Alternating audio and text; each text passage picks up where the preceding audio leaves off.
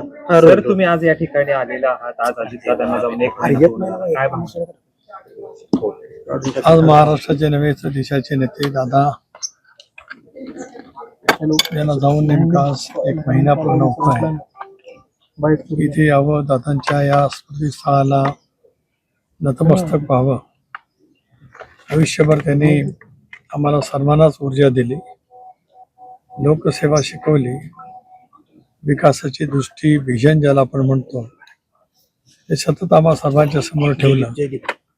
असं एक लोकत्व नेतृत्व देशातला दादा आज त्यांच्या चरणी नतमस्तक होण्यासाठी मी आलो. पार्थ, जय हे दोघेही त्या ठिकाणी होतेच. इथलेच आमचे सर्वच दादाप्रेमी सहकारी आम्ही इथे येऊन नतमस्तक झालो. खरं तर दादांच्या अपघातानंतर अनेक प्रश्न उपस्थित होत आहेत. हा घात किंवा घातपात या अनुषंगाने कसं बघता? कारण रोहित पवार सातत्यानं मागणी करत आहेत की याची चौकशी झाली पाहिजे. मात्र कसं बघताय तपासाकडे आतापर्यंत एक महिन्याच्या?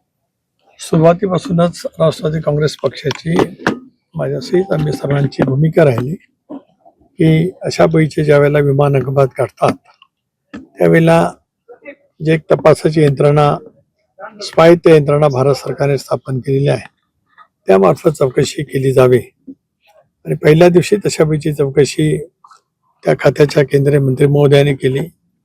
मुख्यमंत्री आले होते, त्यांनी सुद्धा सीआयडीच्या मार्फत तशापैकी चौकशीचे आदेश त्या ठिकाणी दिले आणि तशी चौकशी सुरू झाल्याचं आम्हाला माहिती देण्यात आली. तदनंतर राज्याच्या उपमुख्यमंत्री बहिणींच्या नेतृत्वाखाली आम्ही सारेजण मुख्यमंत्री महोदयांना भेटलो आणि पक्षाच्या वतीने एक निवेदन दिलं की या साऱ्या घटनेची पूर्णपणाने सीबीआयच्या मार्फत चौकशी केली जावी. मुख्यमंत्र्यांनी दुसऱ्या दिवशीच त्यांच्या सहीच्या पत्रासहित केंद्रीय गृह मंत्रालयाकडे माननीय अमित शहांकडे पत्रव्यवहार केला आणि आता सीबीआयच्या मार्फत सुद्धा त्याची चौकशी त्या ठिकाणी सुरू होईल. खरं आहे की याच्यातलं जे काही सत्य आहे, वेगवेगळ्या व्यक्तींनी या संबंध घटनेच्या बद्दल काही प्रश्न निर्माण केलेत, काही त्यांचं त्या संदर्भातलं मत जे आहे काय ते व्यक्त केलंय. राष्ट्रवादी काँग्रेस पक्षाचा अध्यक्ष म्हणून सुरुवातीपासूनच मी आणि आमच्या सर्व वरिष्ठ सहकाऱ्यांची ही भूमिका राहिली की यंत्रणेच्या द्वारे तपास करत असतानाच ज्या बाबी आज उपस्थित केल्या गेल्यात त्या ज्यांनी कोणी उपस्थित केल्या असतील त्या बाबीच्या सह या तपासाचा तपास सखोलपणाने त्या ठिकाणी व्हावा. एकदा आम्ही ही मागणी केली की जागतिक स्तरावरती सुद्धा अशा ज्या काही संस्था आहेत की अशा वेळच्या विमान अपघाताची ते चौकशी करत असतात, त्याही तपास यंत्रणेची मदत आवश्यकता असेल तर या बाबतीमध्ये त्या ठिकाणी घेतली जावी. कारण दादा केवळ महाराष्ट्राच्या सीमित नेतृत्व नव्हतं तर देशातील 130 कोटी जनतेला दादांच्या त्या दुःखद निधनाने प्रचंड प्रमाणावरती हळहळ त्या ठिकाणी वाटलेली आहे. म्हणूनच या साऱ्याचा जो अहवाल असेल, तपशील असेल तो देशातील जनतेच्या समोर लवकरात लवकर यावा ही आम्हा सर्वांचीच मागणी आहे. ज्या पद्धतीने तपास चालू आहे, ज्या पद्धतीने यंत्रणा तपास करते त्या पद्धतीने जर तपास झाला तर न्याय मिळणार नाही अशी रोहित पवारांची भूमिका आहे. तुम्हाला काय वाटते या संदर्भात? कोणाला काय वाटतं त्याच्याबद्दल मी भाष्य करणार नाही, पण मी सुद्धा गेले 35 वर्ष सार्वजनिक जीवनामध्ये आहे. तपास यंत्रणाने तपास सर्वदूर पद्धतीने करावा. ज्या ज्या शंका उपस्थित केल्या गेल्यात अनेकांच्याकडून त्या सर्व शंका समजून सुद्धा घ्याव्यात आणि त्याच्या अनुषंगाने सुद्धा तपास त्या ठिकाणी केला जावा. म्हणजे तपासामध्ये त्या पद्धतीने तपास केला की नाही याची सुद्धा त्रुटी कुठे राहता कामा नये हे राष्ट्रवादी काँग्रेस पक्षाची मागणी त्या ठिकाणी. दादांच्या जाण्यानंतर जे राजकारण सगळं झालं त्याच्यामध्ये विशेषतः प्रफुल्ल पटेल साहेब आणि सुनील तटकरे साहेब हे विशेष टार्गेट होत आहेत. एक असं आहे की मी परवा स्पष्ट केलं, राज्याच्या राजकारणात अनेक वेळेला माहिती आहे की माझा दादांचा परिचय 1991च्या आसपास झाला. 99ला राष्ट्रवादी काँग्रेस पक्षाचा सहकारी म्हणून किंवा राष्ट्रवादी काँग्रेस पक्षामध्ये प्रवेश करत असतानाच माझ्याच मनोर आमदार निवासवरती दादा आले होते. 2 तास आमची चर्चा झाली आणि त्याच्या अलीकडच्या कालावधीमध्ये माझं 84 पासून सुरू झालेलं राजकारण एक वेगळा राज्याच्या काँग्रेसच्या मध्ये वेगळा परिचय होता. तीच पासून जी जीवाभावाची साथ माझ्यासारख्या कार्यकर्त्याने त्यांच्या समवेत केली, विश्वासाने केली, त्यांनी विश्वास दिला, अनेक ठिकाणी मला काम करण्याची संधी दिली. स्वाभाविकपणाने माझं कर्तव्य होतं, कारण मी केवळ अध्यक्ष आता नाही तर 14 ते 18 या कालावधीमध्ये एकत्र राष्ट्रवादी काँग्रेस पक्ष असताना सुद्धा होतो. आताही आम्ही एक भूमिका घेतली दादांच्या नेतृत्वाखाली एनडीए मध्ये सहभागी व्हायचं. त्यानंतर त्यांनी माझ्यावरती ती जबाबदारी सोपवली. लोकसभा झाल्या, मी लोकसभा त्यांच्या आदेशामुळे लढलो. लोकसभा लढायची माझी इच्छा नव्हती, पण दादांचा आदेश होता की तुम्ही प्रदेशाध्यक्षात निवडणूक लढली पाहिजे. त्यानंतरच्या विधानसभेमध्ये आम्ही संबंध महाराष्ट्र ढवळून काढला, यश त्या ठिकाणी मिळालं. स्वाभाविकपणाने ज्या वेळेला दादांचं दुर्दैवी निधन जे संबंध देशाला चटका लावून देणारं ठरलं, त्यावेळेला मग त्या ठिकाणी बहिणींना उपमुख्यमंत्री पदाची किंवा विधिमंडळ पक्ष नेत्याची जबाबदारी द्यावी अशी भूमिका पक्षाचा प्रमुख म्हणून दादांचा एक सहकारी म्हणून जर का आम्ही घेतली असेल. प्रफुल्ल पटेल सुद्धा दीर्घकाळ कार्याध्यक्ष राहिलेले आहेत. भुजबळ साहेब असतील, हसन मुश्रीफ असतील, धनंजय मुंडे असतील, दिलीप वळसे पाटील असतील, विधानमंडळातील आमचे सर्व आमदार असतील, या सर्वांनी घेतली तर त्याच्यामध्ये टीका टिप्पणी ज्यांना करायची असेल ते करू शकतात. पण आम्ही आमचं प्रामाणिकपणाचं कर्तव्य बजावलं, कारण दादानंतर उत्तराधिकारी किंवा त्या संबंध ठिकाणी काम करण्यासाठीच वहिनींनी ती जबाबदारी घ्यावी अशी विनंती आम्ही सर्वांनी केली. ज्या धीरोदत्त पद्धतीने, ज्या संयमी पद्धतीने वहिनींनी या गोष्टीचा म्हणजे ही जबाबदारी केवळ कुटुंबापुरतं नव्हे तर राज्याचं जनता ही आपलं कुटुंब आहे असं मानून त्यांनी ती जबाबदारी स्वीकारली, त्याच्याबद्दल आम्ही सातत्याने ऋण त्या ठिकाणी व्यक्त करतो.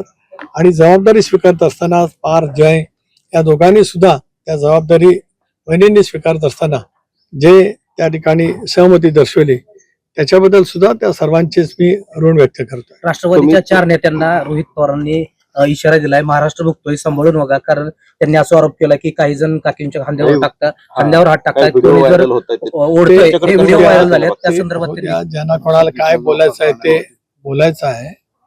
एक बाब नक्की आहे की आम्ही निर्णय घेतल्यावर किंवा त्याच्या आधी कोण कुठे काय काय करत होतं, किती दादांच्या वरती प्रखर शहरी टीका करत होते, हे महाराष्ट्राने सुद्धा अनुभवलेलं आहे, काही नवीन नाही. बारामतीमधलं दादांचं भाषण आहे की मी एकटा आहे, बारामतीकर माझ्या सोबत आहेत, हे बारामतीकरांनी सुद्धा दादांच्या भाषणात पाहिलंय. जनसन्मानच्या निमित्ताने मी बारामतीला आलो त्यावेळेला बारामतीमधून निघाली दादांची मिरवणूक हे पाहिलंय. तर काही जण बोलतात तर काही जण 19लाच भाजपला तिकीट मागण्यासाठी कुठे गेले होते त्याची दादांकडे माहिती होती आणि माझ्याकडे माहिती होती. त्याच्यामुळे कोण काय बोलतोय याचं आज मला हे असण्याचं काय कारण नाही. म्हणजे आता वहिनीला दाखवणारी जी सहानुभूती आहे ती वरवरची आहे असं म्हणायचं तुम्हाला? एक असं आहे बरोबरची की कशी आहे हे सुद्धा राज्यातल्या देशातल्या जनतेने अनेक वेळेला अनुभवलेलं आहे. मी ते कुठले क्षण केव्हाचे आज काय या ठिकाणी उद्घुत करू इच्छित नाही, पण गेल्या अनेक वर्षात मी माझ्या परवाच्याच बहिणीने अध्यक्षपदाची सूत्र हातामध्ये घेतली त्यावेळेच्या पासून म्हणजे 25 सप्टेंबर दादांनी 2012 राजीनामा दिला. त्याला मला सकाळी बोलवलं, मला सांगितलं मी राजीनामा देणार. मी माझ्या भाषणात बोललो. एक जवळीक विश्वास दादांसारख्या लोकत्व नेतृत्वाचं संपादन करणं ही सुद्धा माझ्या जीवनातली कसोटी होती.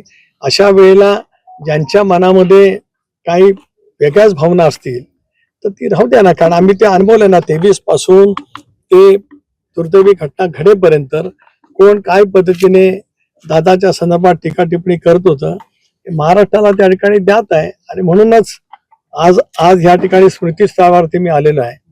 यापेक्षा मला काय या विषयावरती अधिक बोलायचं नाही. ज्या ज्या वेळेला बोलण्याचा प्रसंग येईल त्यावेळेला नक्कीच माझ्याकडे सुद्धा खूप माहिती आहे ना. नाही असेल तर अनेक क्षण माहिती नाही माहिती म्हणण्यापेक्षा अनेक क्षणांचा अनेक घटनांचा मी साक्षीदार आहे राष्ट्रवादी काँग्रेस पक्षाच्या गेल्या 26-27 वर्षाच्या वाटचालीमध्ये. मला साऱ्या गोष्टी ज्ञात आहेत. तुम्ही स्मृतीस्थळावरती आज आलेला आहात. अनेक जण म्हणतायत की वहिनी आमच्या काकी आहेत, अमुक आहे.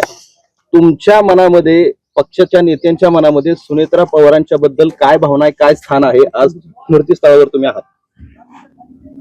मी तर त्या दिवशी माझ्या भावना व्यक्त केल्या जाहीरपणाने. माझ्या भावना ह्याच आहेत की म्हणूनच मी सांगितलं की मी राजधर्म पाळला, मी धर्मशास्त्र पाळला. दादांना सावलीसारखी साथ वहिनीने आयुष्यभरामध्ये दिली.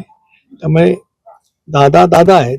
दादांची बरोबरी कोण करणार नाही, पण दादांच्या विचारावरती त्याच पद्धतीने मार्गक्रमण करण्याचा आणि विशेष करून एक कुटुंब म्हणून सर्वांना सावरण्याचं, धीर देण्याचं, धीरोदात्त पद्धतीने स्वतःवरती प्रसंग आलेला असताना बहिणी ज्या पद्धतीने करतात, आम्हाला सर्वांनाच बहिणी ह्या दादांच्याच ठिकाणी आहेत. आम्ही त्याच पद्धतीने मानतो आहोत. आमच्या भावना त्याच आहेत आणि ह्या आजच आहेत अशातला नव्हे, तर गेल्या अनेक वर्षामध्ये आम्ही त्याच आपुलकीतून किंवा त्याच नात्यातून बहिणींच्या कडे अनेक वेळेला त्यांचं क्रीडा, सामाजिक, वेगवेगळ्या क्षेत्रातलं, स्वच्छतेमध्ये त्यांनी घेतलेलं काम, या सगळ्या परिसरातलं त्यांनी उभं केलेलं विश्व, याची सुद्धा अनेक वेळेला त्यांच्याकडनं माहिती घेऊन आम्ही आमच्याकडे करण्याचा तो प्रयत्न करत आलो. त्यामुळे आमचं स्थान, आमच्या हृदयातलं स्थान तेच आहे. पटेल यांना पूर्णपणे माहिती होती असा दावा शरद पवार गटाच्या एका बड्या नेत्याने केलाय. जाऊ दे कोण नेते काय बोलतात, मला सगळं माहिती आहे. जे कोण नेते असतील त्यांनी नाव घेऊन सांगावं.